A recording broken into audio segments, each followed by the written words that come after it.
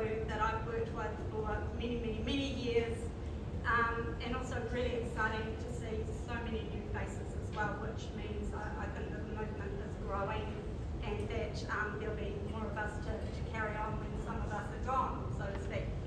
I know everyone here today cares about animals and justice for animals, so we're definitely all in the right place today. We've got some fantastic thought leaders and brains in this room, and I'm very confident that we are going to be real shakers and movers in the future. Of course, events like this don't come about without the help of others, so I do have a few thank yous that I'd like to make before I get started. Firstly, I'd like to thank all of you for coming along today and giving up your Saturday. I'd especially like to thank our visitors and our friends from Australia. You know, it's quite a journey over here, and it's fantastic to have you here with us today. And I'd also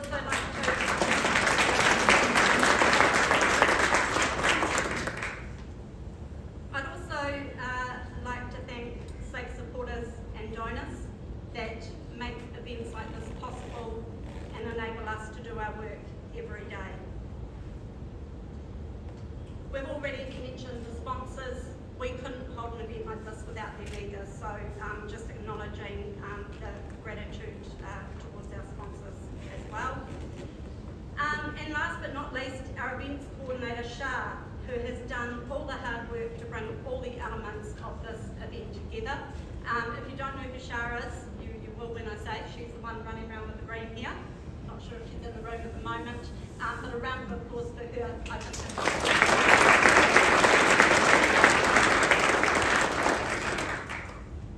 okay, so just talking about safe campaigns, I wanted to talk about some of the issues that we've been working on with many of you in this room over the past year, because it is significant and at times it has been a roller coaster.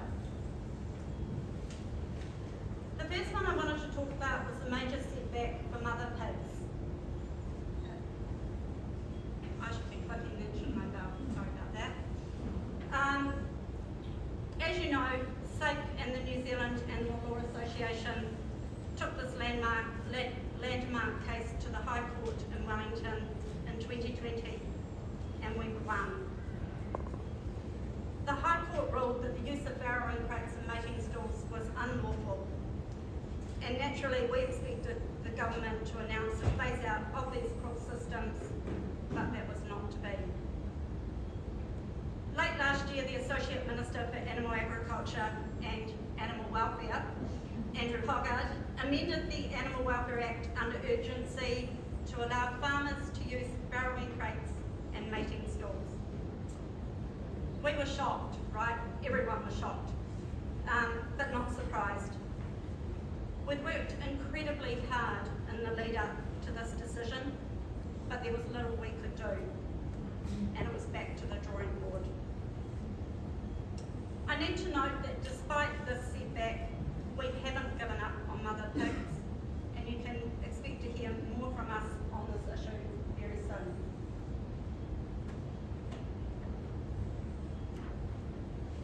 Live exports. In 2021, the then Minister for Agriculture and Trade, Damien O'Connor, announced a phase out of live export by sea. I can clearly remember when a journalist called me from One News just a few minutes before the 6 o'clock news to tell me that an announcement was about to be made. I was absolutely thrilled. It took 2 very slow and difficult years before the ban was enacted and the last ship left our shores. But the live export trade had finally come to an end. In the lead up to the last election, we were surprised when the livestock industry published a $1 million strategy online to bring it back again. Our team quickly downloaded the strategy before the industry realised what they'd done. Publishing document like that on the internet was not really a smart move, because we now have their strategy, and we knew that they were serious. During this period, there were murmurs from various politicians about bringing the trade back, and when Andrew Hogarth joined the ACT Party, he backed the industry, and the serious debate of live export began again.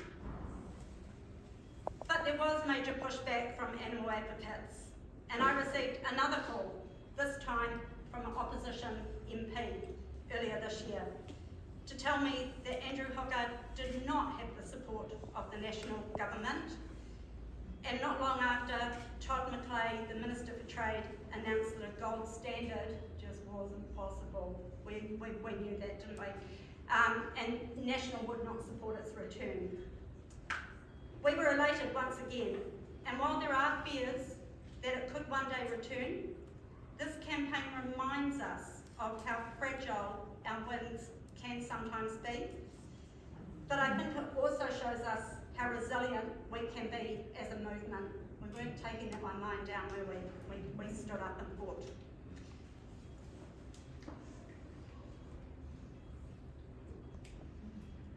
We hope to have a live greyhound here today, but I'm sorry we couldn't manage it. After countless reviews and improvements, it's been clear that this industry could no longer survive the scrutiny due to the high injury rates and the deaths of dogs as a result. The Minister for Racing, Winston Peters, called it a day, and the industry came to a close just last week. Now I would especially,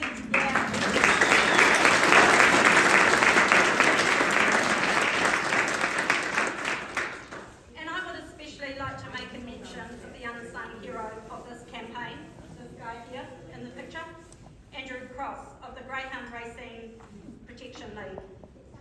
Aaron began this campaign 15 years ago, working with a small handful of people before this issue got the wider attention it deserved. He emailed me last Friday, the night before the ban came into place, and said, "It feels real at last." And I said, I have to agree. But these ones are so many different, come down to so many different things. But the one thing that's been really clear, I think, over the past year is the fact that none of these campaigns would have won without the collaboration of so many groups across the sector. And along with individual supporters, organisations, animal activist groups. I'm not going to try and name them all because there are so many. But together, we got these issues on the political agenda, we got the backing of the public, and we were heard, and we won. I'd like to have had Aaron here today as well, but he didn't want to come. He's a very humble guy, quite softly spoken, and quite a cruisy kind of character.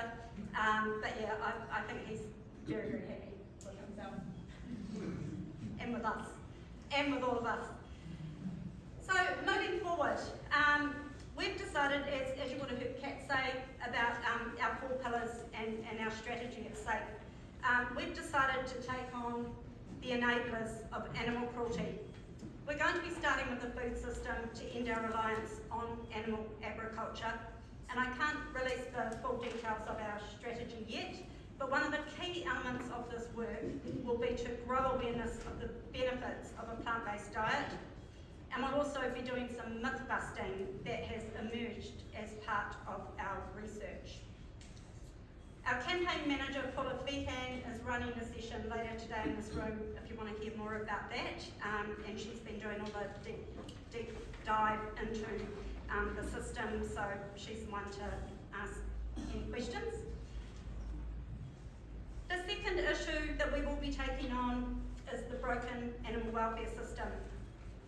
We've already started working in this area, calling for a Commissioner for Animals, and we've been working with an alliance of other groups for a Commissioner. But there is more to come, and you can hear our Head of Campaigns, Jessica Chambers, who'll be talking about this later today, and I've no doubt the President of the Animal Law Association, Marcelo Rodriguez Ferrer, will also touch on this in his presentation. But thirdly, we will continue to work to end cruel animal practices. So with over 160 million animals farmed, used in research and forced into entertainment, we still have a lot of work to do, and we need everyone with us again to help us get through.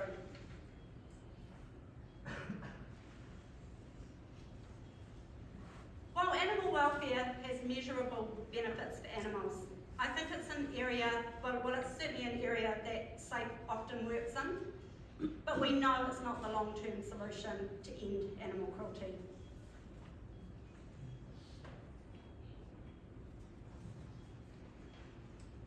As we can see on the banners here, no matter the welfare standards, there is no consent in a slaughterhouse. Stop eating animals. Animals are here with us, not for us. I think it's pretty clear where we need to go when we really want to end animal cruelty, and we need to keep that as the vision.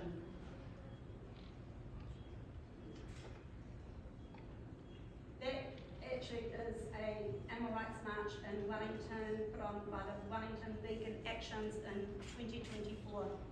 It was quite a big march actually, it was a strong march, it was absolutely fantastic, and so many people involved. Finally, I'd just like to say that I think our goal should not simply be a kinder system of animal exploitation. Our goal should be a transformative food system that no longer depends on animal exploitation, and an animal welfare system that does its job, the job it is supposed to do, to protect animals. And while I was putting all the slides together, I came across this picture. I had to use it somewhere because they're just so adorable. But I think we'd all agree, wouldn't we, that they look better without those little tags in their ears. But yeah, thank you everyone. Have a great day. I hope you